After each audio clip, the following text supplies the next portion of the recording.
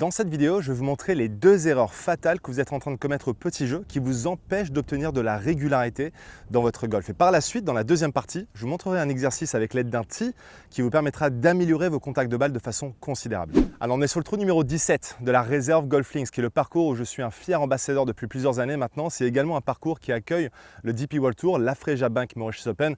Regardez un peu la vue spectaculaire qu'on a ici depuis le trou numéro 17 avec la vue sur l'océan Indien.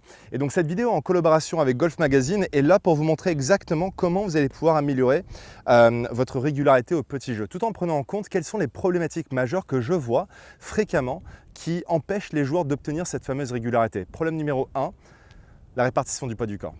Je vois tellement souvent des joueurs qui ont entendu qu'il fallait mettre la balle sur le pied arrière, le poids sur la jambe avant pour favoriser un contact balle-terre, descendant, allez on y va. Et le problème avec ça, c'est que lorsqu'on a le poids du corps trop sur la jambe avant, on va se retrouver avec un club qui va trop s'enfoncer dans le sol, pour un peu vulgariser un petit peu le terme.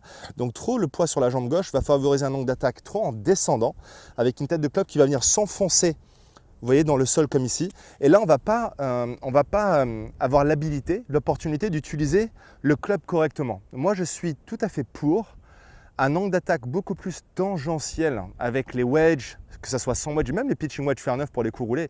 J'aime bien avoir cet angle d'attaque plutôt neutre, un club qui va venir glisser au sol comme ceci, plutôt qu'un club qui va venir s'écraser comme ça, s'écraser dans le sol. Donc ça, c'est vraiment catastrophique lorsqu'on va exagérer une sensation qui est le fait d'avoir le poids trop sur la jambe avant. Alors, est-ce que ça veut dire qu'il faut avoir du poids du corps sur la jambe arrière? Non, absolument pas. Il faut avoir le poids du corps principalement sur la jambe avant, mais en termes de répartition du poids du corps, on est plutôt sur du 55-45, vous voyez, on n'est surtout pas sur du 60-70 avec le poids complètement ici, et là c'est catastrophique ce qui va arriver par la suite. Donc essayez d'imaginer qu'au tout début, vous commencez avec un poids du corps plutôt central, d'accord, donc c'est-à-dire répartition du poids du corps 50-50. Et ensuite, moi, ce que j'aime bien faire, si je prends la position de ma balle plutôt centrale ou voire légèrement pied arrière, et ça dépend du type d'approche que vous allez faire. Mais en fait, ce que j'essaie de faire, c'est d'avoir mon sternum qui va être positionné légèrement en ligne avec la balle ou voire peut-être même légèrement devant la balle, dépendant de la situation. Et donc, automatiquement, ce qui va se passer quand j'avance mon sternum sur la balle ou légèrement devant la balle, le poids du corps, naturellement, va venir s'incliner sur cette jambe avant, suffisamment pour favoriser ce contact balle-terre, mais pas de façon extrême à ce que le club s'enfonce dans le sol. Donc, au lieu de penser au poids du corps sur la jambe gauche, essayez de prendre plutôt votre centre qui est le sternum et vérifiez qu'il est bien placé sur la balle, parce que ce qui a tendance à arriver quand le poids du corps est trop sur la jambe avant, c'est qu'on a un sternum qui va se retrouver quasiment sur le pied avant, et là, vous voyez bien que je suis beaucoup trop en avant par rapport à la balle. Évidemment, j'exagère pour le but de cette vidéo, mais vous voyez un petit peu l'idée. Alors juste avant de passer à la deuxième partie de la vidéo, je souhaiterais vous poser une question. Est-ce que vous désirez être plus régulier au golf? Si c'est le cas, sachez que j'ai créé une conférence en ligne qui est complètement gratuite, mais uniquement réservée pour les membres de ma communauté en ligne. Donc tout ce que vous avez besoin de faire pour accéder à cette conférence en ligne, c'est de cliquer sur le lien qui se trouve juste en dessous de cette vidéo. On va passer 45 à 60 minutes ensemble, c'est complètement gratuit, et puis à travers cette conférence en ligne, j'évoque les 3 vraies raisons pour laquelle les golfeurs amateurs aujourd'hui n'arrivent pas à acquérir la régularité qu'ils désirent. On se retrouve dans cette conférence en ligne. La problématique numéro 2 que je vois fréquemment, c'est lorsqu'on entend, une idée reçue encore une fois, qu'il faut avoir les mains très en avant pour compresser la balle au petit jeu. Alors, du coup, on a le poids sur la jambe gauche qui est la première, trop sur la jambe gauche qui est la première problématique.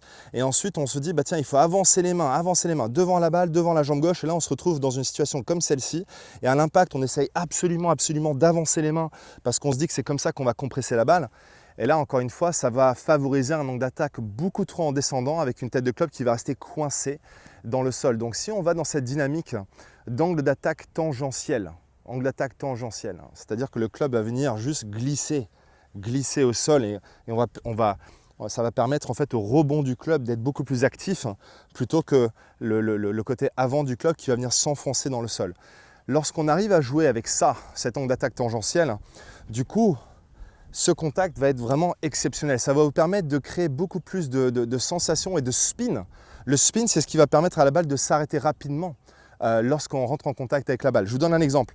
Si je ma balle sur le pied droit, le poids sur la jambe avant et les mains en avant, donc les 2 problématiques que je viens d'évoquer, regardez ce qui va se passer. Juste, je fais un swing normal avec les mains en avant, le poids sur la jambe gauche. Okay, on va voir ce qui va se passer. voyez, alors déjà le club, je ne sais pas si vous l'avez vu, il est resté complètement enfoncé dans le sol. Et on a une balle qui, normalement, quand elle arrive sur la surface du green, elle va beaucoup rouler. D'accord? Alors là, je l'ai légèrement gratté, c'est pour ça qu'elle n'a pas beaucoup roulé. Mais donc du coup, on va diminuer le taux de spin lorsque les mains sont trop sur la jambe avant. Et ça, c'est dangereux parce qu'on veut quand même que lorsque la balle interagisse avec le green, on veut qu'elle puisse s'arrêter assez rapidement. On veut contrôler le roulement de la balle. Et pour ça, cet angle d'attaque tangentiel est clé. Donc, voici l'exercice qui va vous permettre d'éliminer les deux problématiques que j'ai évoquées et vous permettre d'optimiser vos contacts de balle la prochaine fois que vous allez vous entraîner au petit jeu et même sur le parcours. Alors pour l'exercice suivant, vous allez avoir besoin d'un tee. Vous avez tout ça normalement dans votre sac de golf. C'est probablement l'un des outils pédagogiques le plus facile à mettre en pratique, ce tee-là, vous avez tout dans votre sac. Et en fait, ce que je vais faire, c'est que je vais venir le placer à l'intérieur du grip. Vous voyez, vous avez toujours un petit trou là comme ça à l'intérieur du grip ici. Alors vous inquiétez pas, vous n'allez pas ruiner votre grip en faisant ça. Vous allez placer en fait le tee à l'intérieur de ce grip. Vous voyez, comme ceci. Voilà, vous l'avez juste comme ça. Alors, là où ça va être important, c'est de voir la relation entre le tee et la boucle de la ceinture ou le sternum. Donc à l'adresse, je vais me positionner pour un chip classique avec la balle voire au centre, légèrement pied droit. Le poids du corps, comme je vous l'ai dit, je commence avec un poids 50-50 et je vais avancer mon sternum juste devant la balle pour retrouver une répartition du poids du corps 55, allez 60%, mais grand max, plutôt 55% sur la jambe avant. Donc vous avez vu que je suis légèrement incliné sur la jambe avant. Et là maintenant, j'ai mon grip qui pointe à la boucle de la ceinture vers le nombril. Et donc ce qui veut dire que vous voyez que les mains ne sont pas devant ma jambe gauche, mais mes mains ou le grip est plutôt en ligne avec la balle. Vous voyez, comme ceci. Alors, maintenant, ce que je vais faire, pour essayer d'éliminer cette problématique d'avoir les mains trop en avant comme ceci, et quand j'arrive dans la balle, quand je creuse, vous voyez où le grip pointe à ma gauche, à l'extérieur de mon corps. Si je fais la situation de profil, je suis là et boum. Là, vous voyez que maintenant, le grip pointe quelque part à gauche de mon corps. Donc, ce qui insinue que les mains sont beaucoup trop en avant. Ce que je vais faire, c'est avoir la sensation que le grip revient à l'impact, c'est une sensation, revient dans sa position initiale. Donc si à l'adresse, je me mets dans cette position où le tee pointe à la boucle de ma ceinture ou mon nombril, à l'impact, je voudrais retrouver cette position, juste après l'impact, où le tee revient vers le nombril ou vers la boucle de la ceinture. Et donc ça va m'indiquer que du coup, j'ai réussi à avoir cet angle d'attaque plutôt neutre, tangentiel, ce qui permettra à la tête de club ou la semelle de la tête de club de glisser plus facilement au sol plutôt que de creuser dans le sol. Donc juste un tee, avec cette sensation de au backswing. Vous avez vu le backswing, le tee pointe, boucle de la ceinture, à l'adresse ceinture, montée ceinture, impact ceinture et au retour, qu'est-ce qui se passe? Ceinture.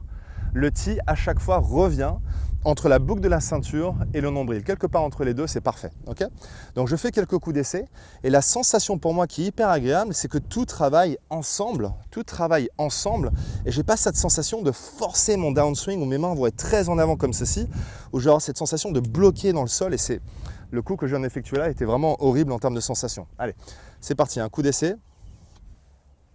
Voilà, magnifique ça. Vous voyez ce finish, regardez, le tee qui revient vers moi. Là, je suis vraiment dans une position hyper optimisée pour un contact de balle régulier. Voilà, là vous voyez, Avish, si tu peux montrer le résultat de la balle, la différence entre les deux. Voilà, alors en plus on est sur un chip très difficile. Le drapeau il est positionné derrière une pente gauche-droite, donc on est sur une approche très compliquée. Mais mon but c'est simplement de pitcher la balle en haut de la butte et de me concentrer sur ce contact de balle. Vous pouvez effectuer cet exercice à l'entraînement lorsque vous vous entraînez dans votre golf, mais également lorsque... Un peu plus forte celle-là, elle revient. Regarde ça, Avish. Regarde, filme. Magnifique. Un tout petit peu long, mais on la prend quand même. Vous pouvez effectuer cet exercice au practice lorsque vous allez vous entraîner, mais également si vous allez faire une partie d'entraînement avec vos amis. Si ce n'est pas une compétition, n'hésitez pas juste à mettre ça en application sur le parcours comme exercice. Vous savez, juste vous entraîner sur le parcours à retrouver ces belles sensations que vous avez eues à l'entraînement peuvent vraiment vous aider à acquérir la régularité que vous désirez, que vous recherchez sur le parcours.